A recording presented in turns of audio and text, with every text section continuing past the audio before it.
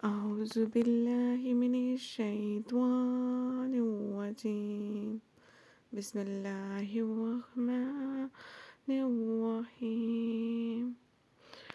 آج ہم سورۃ بقرہ کی 23ویں آیت کو کیری کریں گے، جس کی تفسیر کو ہم ان ڈیٹیل پڑھیں گے۔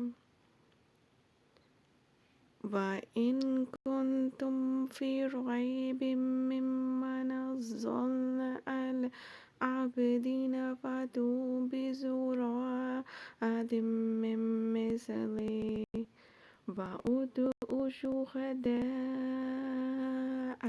مِّن دُونِ اللَّهِ إِن كُنتُمْ صَادِقِينَ۔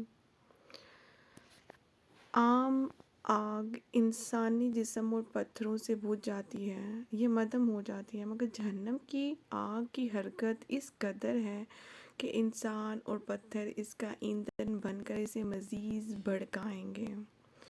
رسول اللہ صلی اللہ علیہ وآلہ وسلم نے فرمایا، تمہاری آگ جہنم کی آگ کے 70 حصوں میں سے ایک حصہ ہے۔ بخاری میں بدل حلق بابل صفات النار انہار مخلوقات، عن ابی ہریرہ رضی اللہ تعالیٰ عنہ، عبداللہ بن مسعود اور ابن عباس رضی اللہ تعالیٰ عنہ نے فرمایا، یہ پتھر گندک کے ہوں گے، وہ بت مراد ہیں جنہیں کفار پوجتے تھے۔ سورۃ انبیاء کی 98 آیات میں ہے کہ عدت للکافرین، اس سے معلوم ہوا کہ جہنم اصل میں کافروں کے لیے بنائی گئی ہے۔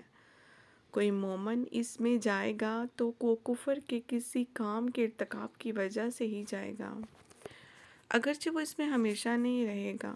یہ بھی معلوم ہوا کہ جہنم اس وقت تک بھی موجود ہے، یعنی تمام سلف کا عقیدہ ہے کہ اس کا انکار صریح آیت و حدیث کا انکار ہے۔ اب آیت نمبر 24 میں فَإِن لَّمْ تَفْعَلُوا وَلَن تَفْعَلُوا فَاتَّقُوا النَّارَ الَّتِي وَقُودُهَا النَّاسُ وَالْحِجَارَةُ أُعِدَّتْ لِلْكَافِرِينَ۔ کفار کو آگ سے ڈرنے کے بعد اب ایمان لانے پر جنت کی بشارت دی جائے گی۔ قرآن مجید میں عموماً یہ دونوں چیزیں ساتھ ساتھ میں چلتی ہیں۔ ابن کثیر رضی اللہ تعالیٰ عنہ نے فرمایا، بھی متشابہ مثانیہ۔ الزمر کی 23ویں آیت میں صریح ترین قول کے مطابق مثانی سے مراد ہے کسی چیز کے ساتھ اس کا مقابلہ بھی مذکور ہے، مثلا ایمان کے ساتھ کفر، جنت کے ساتھ جہنم کا ذکر۔ ایمان دل سے تصدیق اور زبان سے اقرار، اس کے مطابق عمل کرنا۔ یہاں ایمان پر عمل صالح کے عطف کا یہ مطلب نہیں کہ دونوں الگ الگ چیزیں ہیں، بلکہ ایمان کے بعد عمل صالح کا ذکر خاص طور پر اس لیے کیا گیا ہے کہ عموماً اس میں ہی کی جاتی ہے، حالانکہ عمل سے خالی ایمان کافی نہیں۔ اگر عطف ہی کی وجہ سے دونوں میں ایک دوسرے سے الگ ہو جائیں تو سورۃ عصر کی آیت ان الذین آمنوا وعملوا الصالحات وتواصوا بالحق وتواصوا بالصبر میں مذکور 4 چیزیں ایک دوسرے سے الگ ماننا پڑیں گی۔ سورۃ عصر کی تفسیر اگر ہم دیکھیں تو عمل صالح کی پہلی شرط یہ ہے کہ خاص اللہ تعالیٰ کے لیے ہو۔ سورۃ کہف کی آخری آیت اور سورۃ بینہ کی آیت نمبر 5 دوسری یہ کہ وہ رسول اللہ صلی اللہ علیہ وسلم کے بتائے ہوئے طریقے کے مطابق ہو۔ آپ کا فرمان ہے، من عمل عملا لیس علیہ امرنا فہو رد، جو شخص ایسا عمل کرے جس پر ہمارا امر نہ ہو تو وہ مردود ہے۔ مسئلہ مسلم القضیہ باب نقص الحکام۔ انسان کی لذت آسائش کی بنیادی چیزوں رہائش کھانا پینا اور نکاح ہے۔ ایمان اور عمل صالح دونوں کی رہائش کے لیے جنات تجری من تحتها الانہار، کھانے پینے کے لیے کلما رزقوا منها من ثمرات الرزق، اور نکاح کے لیے ازواج المطہرات۔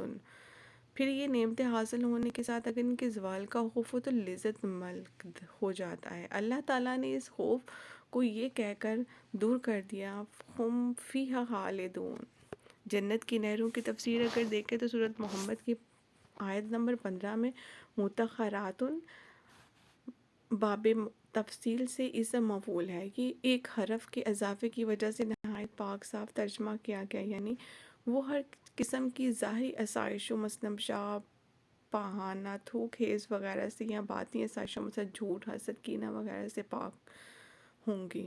متشابہہ یعنی دنیا کے پھلوں کے اہم صورت ہوں گے یا آپس میں ہم شکل ہوں گے، مگر یہ متشابہت صرف نام یا شکل میں ہی ہوں گے، ورنہ جنت کی نعمتوں کو دنیا کی نعمتوں سے کوئی نسبت ہی نہیں۔ صدق اللہ العلی العظیم۔